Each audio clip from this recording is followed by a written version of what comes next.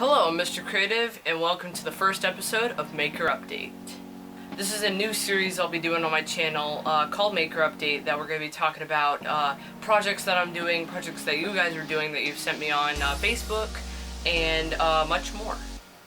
So yeah, some things I want to talk about during this Maker Update is some upcoming videos, what's kind of going on over here, and some new things I got, which you probably saw in the thumbnail. So yeah, we could probably start off by saying that there's going to be a lot of new montages and stuff. I'm going camping and we're going to be doing some stuff out on the water, which is going to be really cool. There's also going to be some videos about the Octoprint setup in the 3D printer. I'll get into that in just a sec.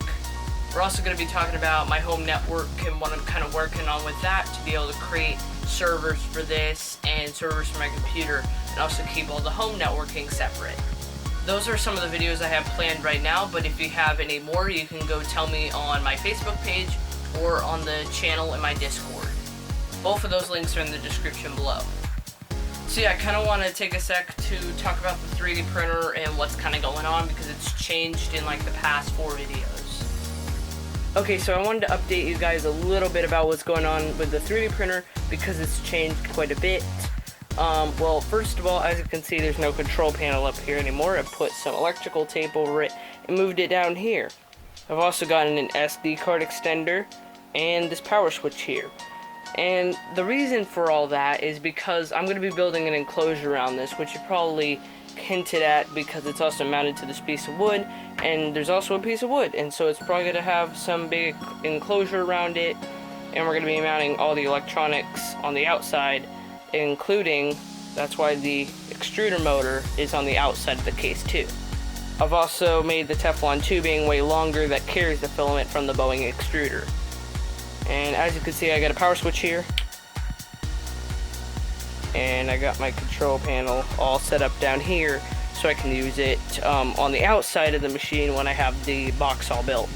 I've also printed over here the spool holder, which screws on, and that will go on the side of the machine. Or should I say the housing. We also got this SD card holder right here. It goes from the micro SD to the full size SD, so it will be a little easier to know where the cards are and stuff. I also got this mini switch right here, which I will show where I got that in just a few moments. Also, if we turn to the side of the 3D printer right by the extruder setup and the controls, you can see we got a small Wi-Fi repeater and this Raspberry Pi. This is the Octoprint setup. I'll be talking about that later, but I just wanted to show you guys kind of how this all is right now. So yeah, that's the 3D printer, and now I want to show you the new electronic components. You guys probably aren't excited about this as much as I am, but I just got all these new components, all these drawers and stuff from a nice friend of mine, and he gave all the stuff to me that was in them. There is a lot of components here, and I'll go through some of my favorites real quick. My number one favorite components that he gave me was these. He gave me these mercury switches, which are like tilt switches, except they have little tubes of mercury in them, which complete the circuit. He gave me 3 of them, and yes, I know I'm going to get a lot of stuff in the comments about how mercury is dangerous and stuff. I know all the precautions, and trust me, I am completely safe and I know how to handle these. I'll give you a quick close-up of what these look like. Yeah, as you can see, there's 3 leads right there, and there's a wire there and a wire there, and then there's a full bare wire in there. So it has 2 positions, so there and there, so it knows which way it's tilted. It's all enclosed in this glass tube, so it's really nice. And yes, that is pure mercury in there. Also, another favorite of parts I got was these tubes. These are tubes that are used as amplifiers in certain radios and have heating elements in them. Nowadays they use transistors instead of these, but it's really cool because they look really steampunk and awesome.